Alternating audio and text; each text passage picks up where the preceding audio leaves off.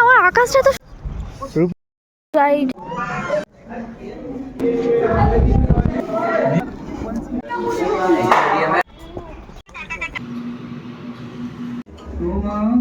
পুরুলিয়া সাইডের বিড়াল। বাতাসিয়া লুপ থেকে বেরিয়ে আমরা চলে গিয়েছিলাম জাপানিজ টেম্পল দেখতে। এখানে কিন্তু একই জায়গায় দুটো দেখার জিনিস আছে। গাড়ির ড্রাইভাররা যখন এক্সপ্লেন করে কোথায় কোথায় নিয়ে যাবে, তারা এমন ভাবে বোঝায় তারা যেন দুটো আলাদা আলাদা জায়গায় নিয়ে যাবে, কিন্তু সেটা একেবারেই নয়। একই জায়গায় আছে পিস পকোড়া আর জাপানিজ টেম্পল। আমরা ফার্স্টে চলে গিয়েছিলাম জাপানিজ টেম্পল দেখতে। চারিদিকে সবুজ পাইন বন আর মাঝখানে সাদা জাপানিজ টেম্পল, দেখতে ভারী সুন্দর লাগছিল। এই জায়গাটাতে কিন্তু একেবারেই রোদ পড়ে না। এই জায়গাতে আসা মাত্রই অদ্ভুতভাবে প্রচন্ড পরিমাণে ঠান্ডা লাগতে শুরু করেছে। সামনের টেম্পলে তোমরা চাইলে উঠতেও পারবে, সেই ক্ষেত্রে জুতোটা নিচে খুলে রেখে তারপরে উপরে উঠতে হবে। এখানকার সিঁড়িগুলো এতটাই ঠান্ডা, জুতো খোলার পর সক্সেও কাজ হচ্ছিল না, মনে হচ্ছিল পা গুলো যেন বরফের মতো জমে যাচ্ছে। জাপানিজ টেম্পলের একটু উপরে উঠলেই দেখা যাবে ঝকঝকে সাদা কাঞ্চনজঙ্ঘা।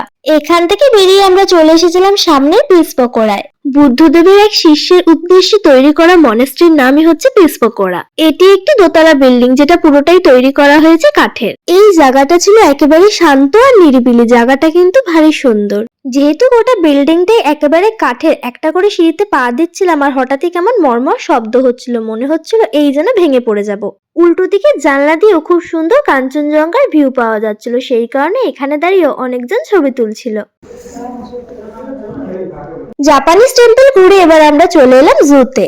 এখানে পার পার্সন এন্ট্রি চার্জ পড়েছিল 110 টাকা করে। এই জু এর মধ্যেই আছে দুখানা মিউজিয়াম, যেগুলো ছিল দেখার মতো। আমি এদিকে ভিডিও করছি, অন্যদিকে একজন পোজ দিয়ে দাঁড়িয়ে পড়েছে ফটো তোলার জন্য। কুশল, হ্যালো, ভালো আছিস কুশল? কুশল, কুশল। পাহাড়ের এই আঁকাবাঁকা রাস্তা দিয়ে ভাল্লুকগুলো কি সুন্দর হেঁটে চলে যাচ্ছে। আমাদের কলকাতার চিড়িয়াখানার তুলনায় এখানে পশুর সংখ্যা একটু কম। চিড়িয়াখানাটা বেশ অনেকটা জায়গা জুড়ে। কোনো পশুকে দেখতে গেলে মাথা নিচু করে দেখতে হবে, আবার কোনো পশুকে দেখতে গেলে মাথা উঁচু করে দেখতে হবে। তোর নাম রূপম? তোর নাম রূপম? কুলাকাচ্ছিলে তুই?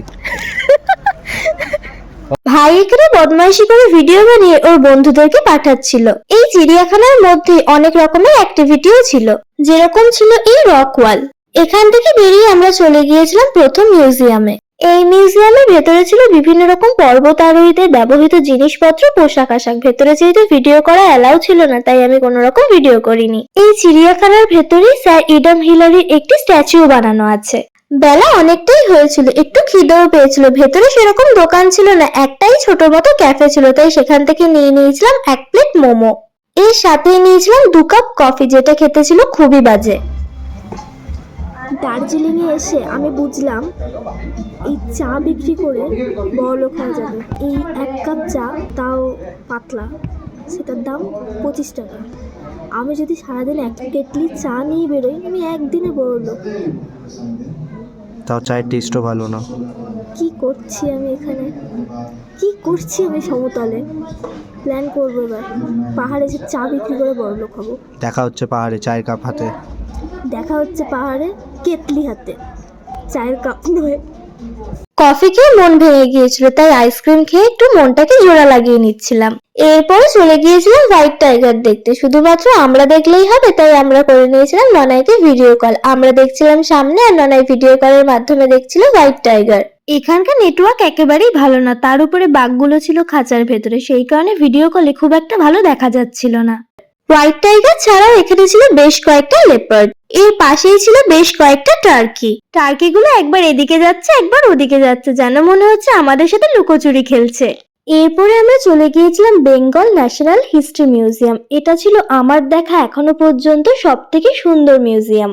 এই মিউজিয়ামে বিভিন্ন রকম পশু পাখির দেহাবশেষ খুব সুন্দরভাবে প্রিজার্ভ করে রাখা রয়েছে। ক্যাঙ্গারু থেকে শুরু করে চিতাবাঘের বাচ্চাকেও এখানে প্রিজার্ভ করে রাখা রয়েছে। এছাড়াও বিভিন্ন রকম সামুদ্রিক মাছ আর বিভিন্ন রকম সাপকেও এখানে প্রিজার্ভ করে রাখা রয়েছে। এখানে ছিল 100 থেকে 150 রকমের ক্যাটারপিলার, এছাড়াও ছিল বিভিন্ন রকমের প্রজাপতি। এখানে না আসলে হয়তো এত কিছু একসাথে দেখা কখনোই সম্ভব ছিল না।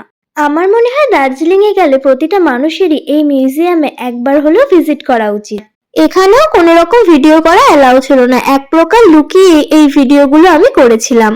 দেখতেই পাচ্ছেন বন্ধুরা, এখানে বিভিন্ন রকম ক্যাকটাস আছে। ঘন্টা কানের সঙ্গে তুলসী দেখতেই পাচ্ছেন। এখন আমি দার্জিলিংয়ের পার্কে রয়েছি। পার্কে না, এটা জু। জুতে আছি, তো দেখতে পাচ্ছেন এখানে বিভিন্ন রকম cactus, Africa, Amazon, India, south Africa, Australia, সব রকমের ক্যাকটাস। আদৌ তুই জানিস না কোনটা কোন থাকা? সাদা আছে অস্ট্রেলিয়া, কালো আছে আফ্রিকা, হয়ে গেল। আমাদের এইসব পাগলামো তো গোটা ট্রিপ জুড়েই চলছিল। এরই মধ্যে দেখা মিলল আরেকজনের, যিনি খুব সুন্দরভাবে এক টুকরো রোদ পেয়ে সেখানে রোদ পোহাচ্ছে।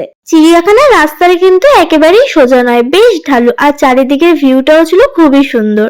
এরপরে দেখা মিলল এই চিড়িয়াখানার সব থেকে আকর্ষণীয় জিনিসের, যেটা ছিল রেড পান্ডা। এর পাশেই ছিল কয়েক ধরনের পাখি, সেগুলো দেখে চলে গিয়েছিলাম পাশেরই একটা ছোট্ট ঘরে।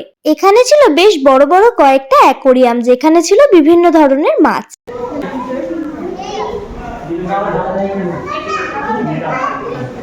আজকের এই চিড়িয়াখানার সব থেকে শেষ প্রাণী ছিল এই হুলো বিড়ালটা। এটাকে দেখেই আমরা চিড়িয়াখানা থেকে বেরিয়ে এসেছিলাম। এটাই ছিল আজকের মতো আমাদের শেষ ভিউ পয়েন্ট। সেই ভোর 4টের সময় রুম থেকে বেরিয়েছি, আর এখন ঘড়ির কাঁটায় বাজছে দুপুর 2টো। শরীরে বা মনে আর কোথাও এতটুকু এনার্জি বেঁচে ছিল না। মনে শুধু একটাই সুপ্ত বাসনা ছিল, কোনোদিন যদি দার্জিলিং এ আসতে পারি এই ড্রেস পরে ছবি তুলবো। তাই চা বাগানে এসে হাজার ক্লান্তি থাকা সত্ত্বেও এই ড্রেস পরে একটু ছবি তুলে নিয়েছিলাম। শরীরটা প্রচন্ড ক্লান্ত ছিল, তাই বাইরে গিয়ে কিছু খাওয়ার শক্তি আর ছিল না, তাই ব্যাগে থাকা ডিম, ম্যাগি আর কফি দিয়ে আজকের টিফিনটা সেরেছিলাম। প্রচন্ড ঠান্ডা। রুম থেকে তো ঠিক করেছিলাম বেরোবোই না, কিন্তু আলটিমেটলি বেরোতেই হলো। তাই আপাতত বেরিয়ে এখন যাচ্ছি ম্যাল রোডের দিকে। সকাল থেকে এত পরিমাণে হেঁটেছি, পাগুলোর আর কিছু নেই। মেলে এসে টুকটাক একটু শপিং করে নিয়েছিলাম, তারপর চলে গিয়েছিলাম ডিনার করতে। আজকের এই ভিডিওটা তোমাদের কেমন লাগলো অবশ্যই কমেন্টের মাধ্যমে জানিও। ভিডিওটা ভালো লাগলে একটা লাইক করো। তোমাদের সাথে দেখা হবে নতুন একটা ভিডিওতে খুব তাড়াতাড়ি, ততক্ষণের জন্য অপেক্ষায় থেকো।